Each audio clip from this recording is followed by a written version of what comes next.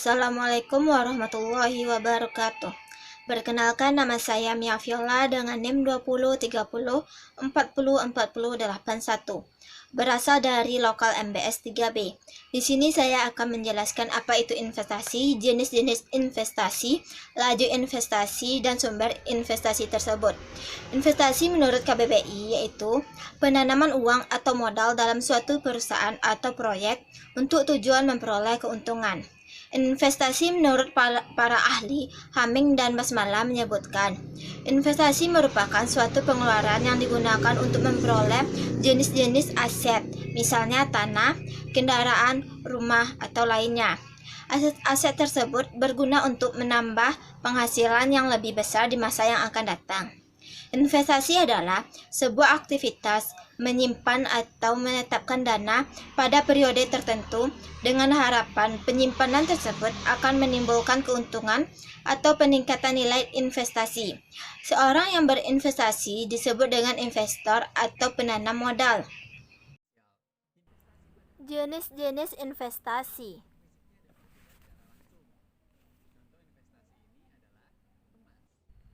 Emas, sebagian masyarakat Indonesia menginvestasikan uangnya dalam bentuk emas. Jika dibandingkan dengan bentuk investasi lainnya, emas memiliki manfaat yang lebih beragam. Selain dalam bentuk perhiasan, investasi ini bisa berupa emas murni dan emas batangan.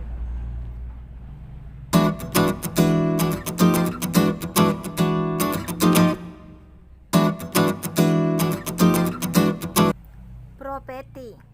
Investasi properti termasuk dalam tipe investasi non-real, lantaran tidak melibatkan uang secara langsung, melainkan berupa bangunan seperti gedung, rumah, atau apartemen.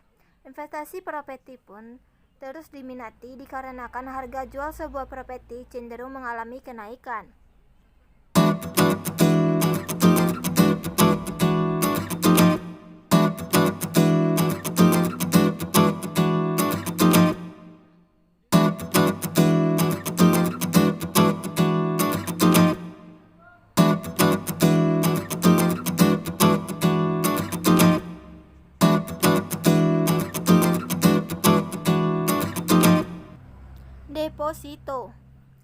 Deposito merupakan produk investasi yang disediakan oleh perbankan bagi para nasabahnya yang ingin meraih manfaat lebih selain dengan membuka rekening tabungan.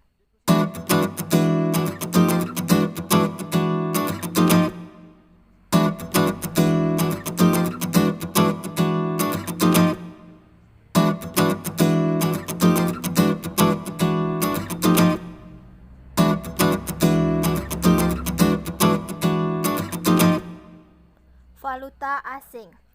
Investasi mata uang asing atau falas merupakan salah satu jenis investasi jangka pendek yang cukup banyak dilirik orang. Investasi mata uang asing ini dikenal juga sebagai sebutan foreign exchange atau forex, yang berarti investasi dengan cara transaksi jual beli mata uang asing.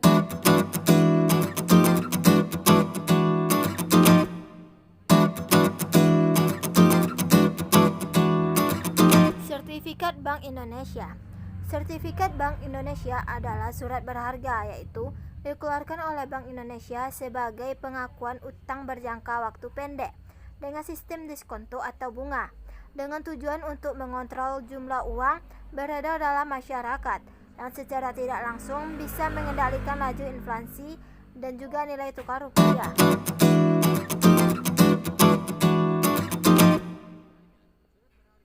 Surat-surat berharga. Surat berharga atau commercial paper atau negotiable instrument adalah sebuah dokumen yang memiliki nilai uang yang diakui dan dilindungi oleh hukum untuk kepentingan transaksi perdagangan, pembayaran, penagihan, atau sejenis lainnya. Obligasi. Obligasi memiliki manfaat yang diperoleh dari investasi ini cenderung lebih tinggi dibandingkan deposito, mengingat bunga yang ditawarkan pun lebih tinggi. Kendati demikian, menginvestasikan modal finansial Anda pada obligasi cukup berisiko, karena jika si peminjam modal bangkrut, kemungkinan besar utang modal yang Anda berikan tidak akan dibayarkan. Saham. Saham merupakan bukti kepemilikan suatu perusahaan yang menjadi klaim atas penghasilan dan juga kekayaan dari perusahaan tersebut. Perusahaan yang sahamnya dapat dibeli di Bursa Efek Indonesia disebut perusahaan tercatat. Saham juga merupakan salah satu produk pasar modal yang menjadi salah satu instrumen investasi untuk jangka panjang. Dengan membeli saham perusahaan, maka kita menjadi pemilik perusahaan tersebut. Saham dibeli dengan satuan yang disebut dengan lot. Satu lot saham itu sama dengan 100 lembar saham. Reksadana. Reksadana merupakan tempat untuk menghimpun uang secara kolektif untuk kemudian dikelola oleh manajer. Seluruh manfaat dari kegiatan ini akan dibagi rata kepada semua investor yang bergabung.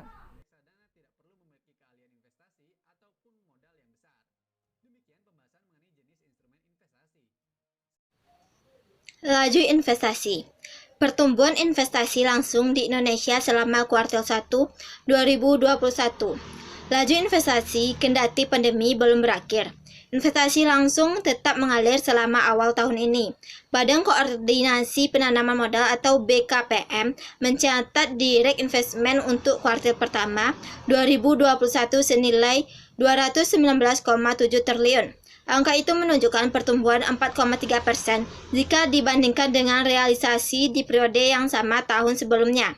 Dan jika diperbandingkan dengan hasil kuartal 4 2020, nilai investasi langsung di kuartal pertama 2021 lebih tinggi senilai 2,4%. Jika dirinci berdasarkan asalnya, direct investment tersebut berasal dari penanaman modal dalam negeri atau PMDN senilai 108 triliun dan penanaman modal asing atau PMA sebesar 111,7 triliun. Baik nilai PMDN maupun PMA di kuartal pertama 2021 memperlihatkan kenaikan dibandingkan hasil yang dicatat di kuartal terakhir tahun lalu. Pertumbuhannya secara berurutan mencapai 4,2% dan 14%. BKPM menggarisbawahi kontribusi PMA yang setara 50,8% dari total realisasi investasi di 3 bulan pertama tahun ini. Itu menunjukkan tumbuhnya kepercayaan dunia atas iklim investasi serta potensi investasi di Indonesia. Demikian pernyataan badan tersebut. Awal pekan ini, proyek infrastruktur masih menjadi penampung besar bagi PMDN dalam catatan BKPM. PMDN terbesar di periode itu mengalir untuk proyek infrastruktur penyediaan tenaga listrik di Lampung dan Maluku, dan proyek pembangunan pelabuhan di Kalimantan Tengah. Jika dirinci berdasarkan sektor usaha, perumahan, kawasan industri, dan perkantoran, mendapatkan bagian terbesar dari investasi langsung. Nilainya mencapai 9,4 triliun atau setara 13,4% dari realisasi direct investment selama kuartal pertama tahun 2021. Peringkat kedua hingga kelima berikut nilai investasi dari prosi tersaji di infografik. Kendati nilai lebih kecil dibandingkan PMA, PMDN mampu menyediakan lapangan kerja lebih banyak. BKPM mencatat realisasi penerapan tenaga kerja untuk triliun 1 2021 mencapai 311,793 orang. Terperinci, proyek berstatus PMDN menyerap 1.630 orang pekerja, setara 1.460 163 orang lain bekerja di proyek berstatus PMA.